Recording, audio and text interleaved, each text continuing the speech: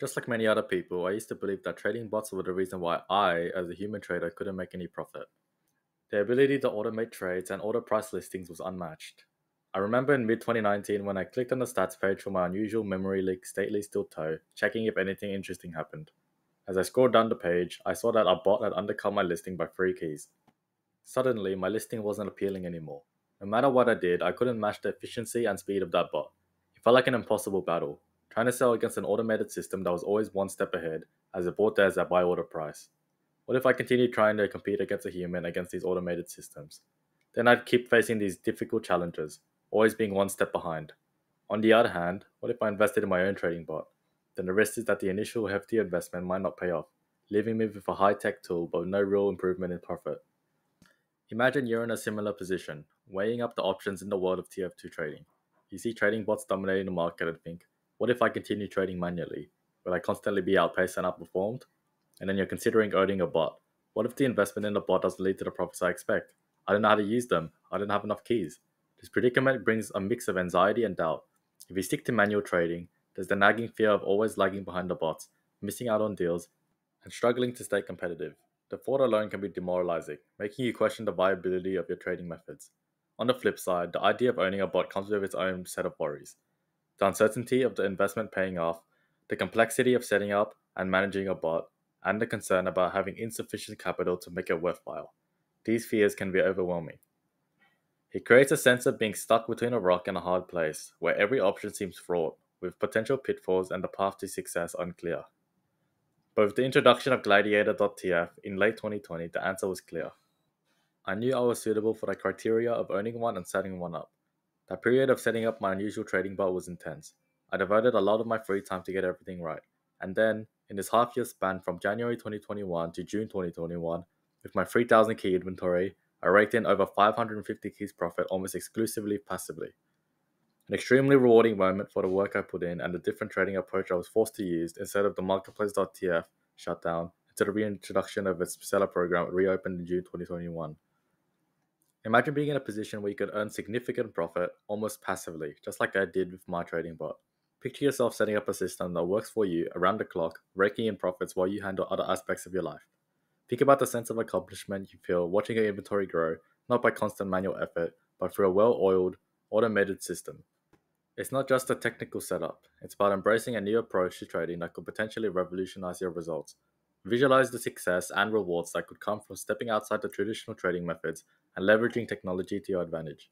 While the idea of earning profits almost passively with a trading bot is appealing, it's not as straightforward as it might seem. There's a lot more to consider than just setting up the bot and watching it work. In the next part of this video, we're going to delve into the crucial details. I'll walk through the essential considerations and strategies in the following framework, specifically tailored for banking any type of item to maximize profit. I'll cover everything you need to know to make an informed decision about whether a trading strategy is right for you and how to maximize its potential if you decide to go that route. Number 1. How trading bots work. In this video, I'll only be talking about Gladiator.tf exclusively, as that's where all my experience lies. Trading bots are Steam accounts that can be set up on Backpack.tf classifieds to automatically accept trades with the correct price. They're able to accept items for your trades as well, however, they'll go through pending reviews for manual checkup if you want to accept it or not. They'll also have the ability to send you the offer or a counter offer for maximum convenience. They have an order price system which makes them match the highest buyer or lowest seller on Backpack.tf if it is in the safe realms of doing so. You are able to instantly deposit or withdraw items from your bot whenever you like to. There are also some cool features like historical trades, statistics, and customization settings. Number 2. Cost. If you don't already know, trading bots are extremely expensive to set up. On Gladiator.tf, it costs 6 keys to run a basic bot for a month, and 12 keys for the premium bot for a month, which is definitely the one you want when buying items. And it takes around 1 to 3 weeks for you to order a bot and then have it arrive, as the owners have to do heavy coding and bypass Steam restrictions for each one. You also need to pay 5 keys every 2 months, or 30 keys per year, for Backpack.tf Premium to double classified listings. On top of that, you want more Backpack.tf listings in the first place, which are increased by donating to the site. For instance, I paid $904.95 to have 9,298 slots on one account, which is a lot. So you need to consider if the initial few $100 of listing slots is worth it on top of the 14.5 key price of resubscription every month, which you have to pay back before expiration, or else you lose your bot with all of its listing slot donation money with it. I would suggest that if you want to proceed and buy a bot, You need a minimum of 1,000 keys to bank regular items and an absolute minimum of 2,000 keys to bank unusuals. Number 3, setting up your trading bot. Now, regardless of which type of item you choose to bank, you're going to have to put in some serious work setting it up and still have to check it every day. Depending on your work rate, it will take around a week to a month to finish setting up your bot after the time it takes to order one. First, you should deposit a few hundred keys and a few hundred refined metal in your bot's inventory. Make sure to deposit backpack expanders to ensure your bot can hold as many items as possible, and click Use in the inventory section. What you'll need to do next is donate keys to the listing slots, buy packpack.tf premium, and renew your bot for several months so you don't forget. Next, you should go into settings and play around with what you want your bot to look like. Try to make it engaging so people choose your bot when sending a trade offer. Go through all the price settings and pick all the options you want. Now, the very hard and tedious part. You will need to manually go through all the items yourself that you want to add to the banking area. To make this easier, I'd go through a bot that's already done this and go through all the pages of their listings and add what I would want. There are scripts that will make this process easier, and I'll mention that in step 5. Once you're finished, click order price or X number of items and reset your bot, and your classified listing should work and your bot is officially running. Number 4, what items to bank. Now, there are 12 categories of items I think you could theoretically bank with lots of variables and notes, and I'll go over each one very quickly. Craft weapons worth 0.05 rev. Examples include a unique black box or your eternal reward. Requirements: around 1,500 backpack slots, around 600 listing slots, and at least $10 worth of metal inside the backpack, maybe around 1,000 refined. Less popular items may stagnate in backpack, resulting in a large amount of backpack slots used. High cost comes from classified slots and backpack expanders.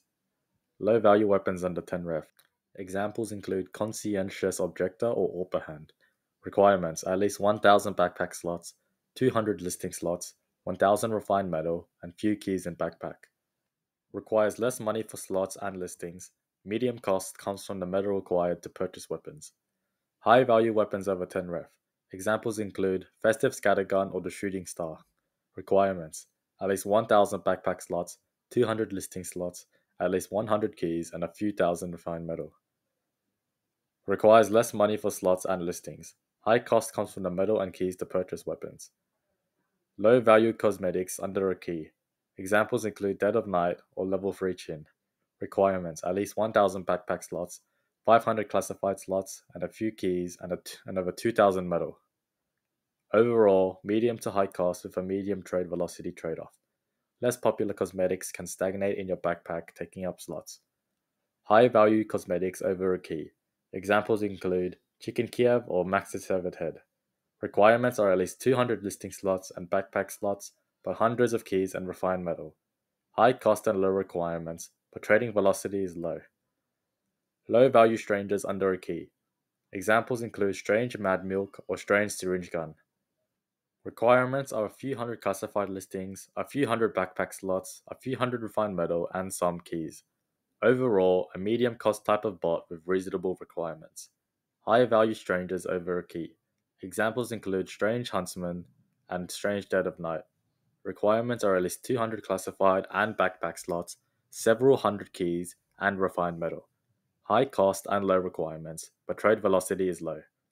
Unusual cosmetics over 10 keys. Examples include Burning Team Captain, Ace's Height Attendant. Requirements are at least 1,000 backpack slots, and at least 1,000 classified listings, and at least 1,000 keys and some refined. Very high cost and trade velocity, and you can get away with low backpack slots and classified listings, but you'll get barely any trades, so I recommend you go in big here if you decide to. And because of all these requirements, this is regarded as the most profitable, although risky investment. Paints. Examples include Australium Gold, Pink as Hell, Indubtably Green. Requires less classified slots but greater backpack slots.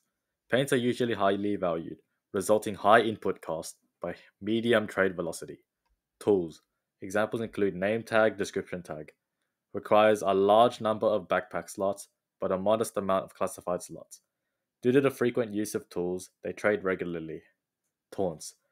Examples include Taunt Buy Alive, Taunt Discard and Freud. Has a very high input cost but is regularly traded. Has very high price volatility, meaning greater profits or greater losses. MVM robot parts. Examples include Battle Worn Robot Money Furnace and Reinforced Robot Humor Suppression Pump. Requires less than 20 classified slots for all buy and sell orders. are regularly traded in bulk, thus, you must have a steady supply of parts. Number 5, scripts and additional resources. Now, just quickly, I've linked below in the description 3 scripts that will make trading a lot easier, especially with bots. The first one allows you to instantly put the desired currency on your side or the other side inside a trade offer and includes many other features. Next is the gladiator.tf owner script. This allows you to match prices for both sell and buy orders. A single click shortcut to add a single item or add items in bulk. Please exercise caution when using this feature. You should also set max buy orders to minimize the risk of buying undesirable items. And lastly, the backpack.tf instant trade offer. Most useful when someone dumped you a high value item that's hard to resell so you can dump it onto another bot. Thanks for sticking with me through this deep dive into the world of TF2 trading bots. I hope this video has shed some light on what goes into using a bot and helped you decide whether it's the right path for you. If you found this information helpful, please give the video a thumbs up and don't hesitate to share your thoughts or questions in the comments below. And remember, whether you're trading manually or using a bot, the key is always to trade smart. Be sure to subscribe for more insights into TF2 trading and hit the notification bell so you don't miss out on future content. Until next time, happy trading and see you with the next video.